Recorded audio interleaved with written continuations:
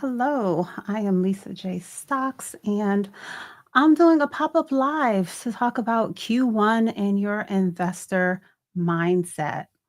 So let me see. All right.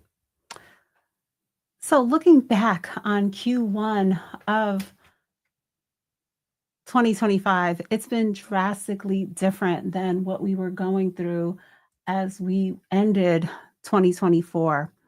And I was looking back at some of my videos that I was doing just a few months ago when VTI was $300, Bitcoin hitting $100,000, XRP $3. So many of the tech stocks in my portfolio hitting all-time highs. Um, this is 3-4 months ago, and now things have drastically changed. All of the tech stocks are severely down in 2024, and Meta is doing the best, and year to date they are only down 0.85% as compared to Apple, which is down about 11.5%, Google down 17.6%. So, of course, these are investments that I have in my portfolio. I am seeing the difference from where I was at the end of 2024 to where I'm at right now at the end of Q1. But I wanted to come on and just touch base with my members and everyone in order to just share where I'm at in my journey and that I'm not letting this situation, the current administration, everything that's going on hold me back from my investing. So I'm going to continue to set goals just like I always do. And what I've learned when I think back to prior years, even when I wasn't investing outside of my 401k, now looking back and reflecting, I definitely see that overall, you have to put the work in before you add things into your portfolio. And in time, I believe that everything that I have in my portfolio are good, sound investments and they will recover. So I'm not going to be making any changes. I'm going to continue dollar cost averaging. And what that is, if anyone out there doesn't know, is what I do is I consistently invest the same amount of money, no matter what the market is doing. But I pair that with times like we're going through right now by investing more heavily when I have the opportunity as well as the budget in order to do it because my investments are significantly down. And these are things that I want to continue to build up in my portfolio for the long term, some for early retirement in my taxable accounts, as well as in my IRA and other accounts that I have that are for my true retirement age. So VTI is one of those investments for me, and on year to date, it's down 5.59%. Another one that I have for retirement is FXAIX, and that tracks the 500 biggest companies in the US, and that is currently down 4.28%. Thank you, Joe, for tuning in and chatting. So I just want to continue to share what is really going on in my portfolio. I'm not just here to share the good. Right now, with this new administration, with the tariffs, with all of the uncertainty of if things are going to be shaken out, if there's going to be certain agreements, if there's going to be retaliation from other companies with their frustrations of what our administration is trying to do. And we just don't know. We just don't know. That word uncertainty, I'm hearing it everywhere. And that's affecting the markets. That's affecting the way that we feel, the way that we're going to have to tighten up our budgets in order to manage and make it through because we don't know. We just do not know right now. So what I do know is investing is something that I believe in the power of investing, the power of compound interest. And so because of that, and because when I look back over history, right now we're going through something that we've never gone through before, but still, when I know the type of investments that I have, the total US stock market, the Fortune 500 companies, these blue chip tech stocks, AI, um, the things that I've incorporated in my portfolio, I know that they are going to be around and they are going to, in time, under a different administration, under different circumstances, I believe continue to thrive in the future. So consistency beats perfection. I have been investing $10 daily into VTI, for example. And if that sounds too much for you, you have to tailor it to your particular budget, um, and go from there. But I believe that being consistent, even with small amounts over time, will really add up, whether it's into an individual stock. I've done it with those. I've done it with VTI. I've done it with Microsoft, for example. I've done stretches of time where I did it with Apple, as well as Amazon and Nvidia. So $5 a week, $10 a day, whatever you want to commit to, but do it for a long stretch of time and give yourself a chance to see the outcome. And when I got started with my $10 a day into VTI, which I'm still doing, I did it already for today, because I'm filming this. It's 2:51 my time.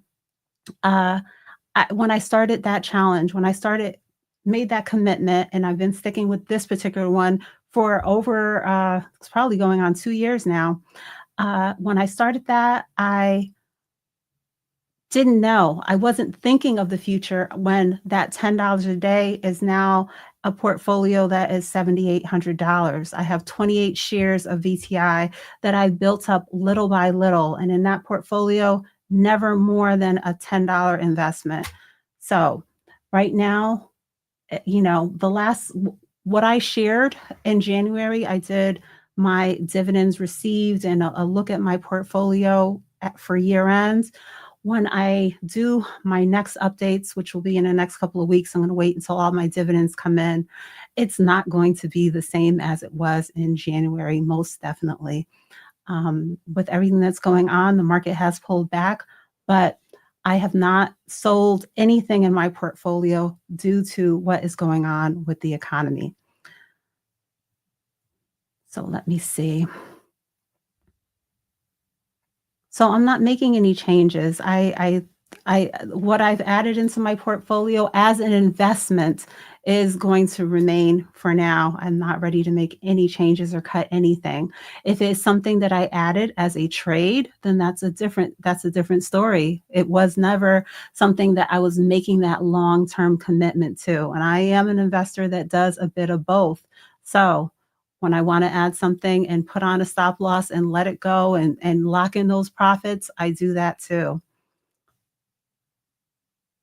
But I'm not waiting for the perfect time to invest. I'm always investing, but I am pairing that with investing more heavily when I have the budget for it and when I see certain investments that I have in my portfolio that I want more of are beaten down like many of them are currently.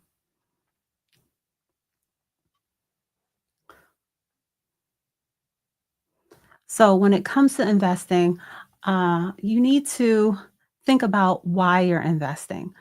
I've already mentioned I'm investing for retirement. I'm investing for early retirement or whatever may come up that I want to tap into my investments for. I have not done it yet. I'm still in the building phase, but I have investments in taxable accounts that if I wanted to take my dividends and use them, or if I wanted to sell some of my shares, take profit from that, I could. Um, but what is your and I also, do invest on behalf of my daughter. She has a UTMA account, and she has a Fidelity Youth account, just to name a little bit of what she has going on. So, those are my whys of what I'm investing for. I even recently, created, an investment account for my business. So I want to make sure that all of my money is growing, and the difference between saving at my local bank, saving in the high yield savings account, and investing, I know the difference, and I want to have a blend and a mix of all of them, but make sure that I have my money positioned to reap the rewards that the high potential of share appreciation, as well as those dividends, everything that comes with investing your money.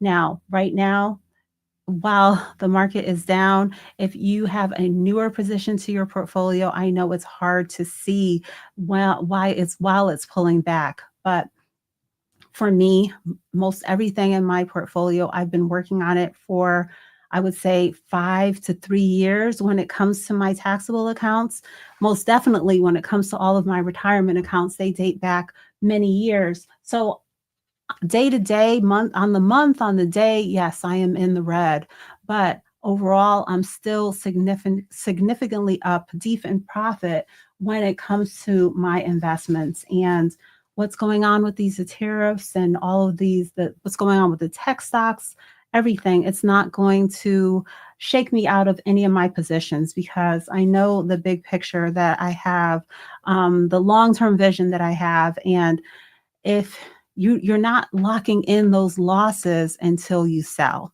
So I do totally understand you have to evaluate what you have in your portfolio to determine if it is worth holding on to. I've done that for myself, and I know that everything that I have in my portfolio, I am holding on to for now, and not taking any losses on, especially my ETFs and chosen blue chip stocks that I've been working on over these last few years. So let me just take a look.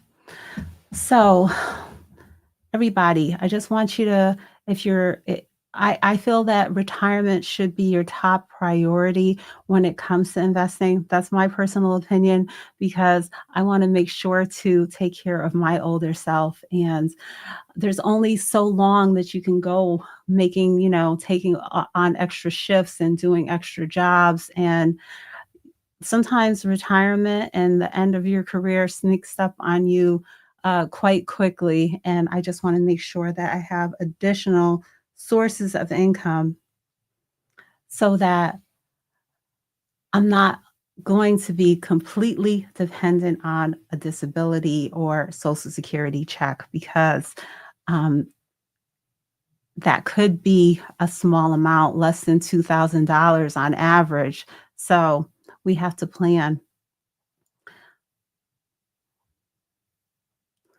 Now, let me see.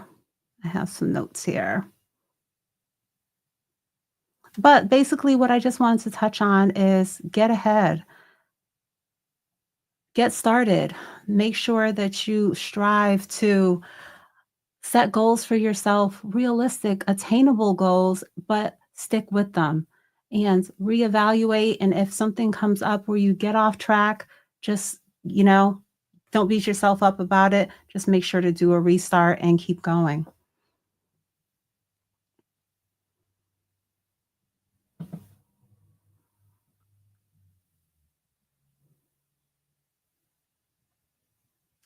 Okay, so as we go, I didn't know, like I was touching on at the beginning, when I started talking, I didn't at when the election time rolled around, and Bitcoin was 100,000, and so many going into December, so many uh big names hit all-time highs over and over again, week after week. The S&P 500, all the indices. But now things have turned around. How long this is going to last, I don't know.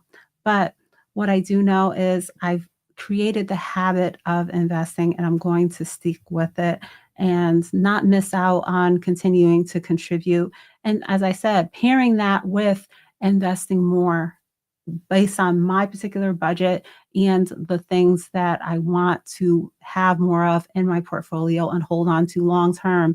And when it comes to what I want to build into, there are many things. I only have one position, well, outside and within my that I've been sharing, I have well over 100 shares when it comes to FXAIX, but in my taxable accounts, I only have one position that is currently over 100 shares. So in time, I would like to see more of those in my taxable accounts. Apple, because of the price point of it, it may not be the second one, but right now it is the second largest position that I have when it comes to share size. But just saying that there are many investments that I want to have more of. So I'm still in that building stage, and I'm going to have my eyes open to take advantage of the stock market and the economy being in the place that it is. And I know it's hard with potential higher costs when it comes to everything, our car repairs, and I don't know what these tariffs may trickle down to that will impact us, but at the same time, as much as possible, everyone's budget is different. I'm going to focus on my investing the way that I have been over the last few years.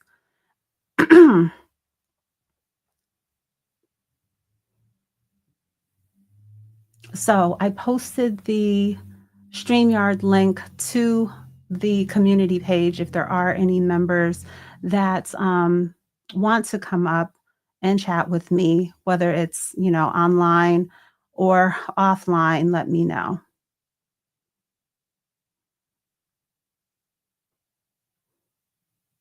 But I love to follow certain um, like I've been trying to focus on having my timeline, whether it's Instagram, YouTube, just have it filled with things that are going to inspire me. I'm obviously a person that reads a lot of articles in order to, share with you guys on the posts as well as do research for my videos and whatnot.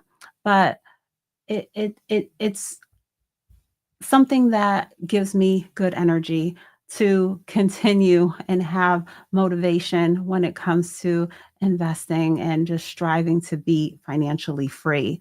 So just encouragement to learn from more experienced investors and to really have a place where you can go to and just communicate with people that have the same mindset.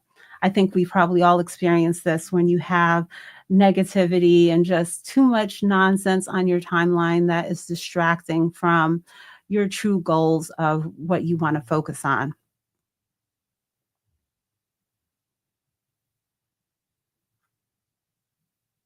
So that's basically all I want to touch on. I might go live again maybe tomorrow night.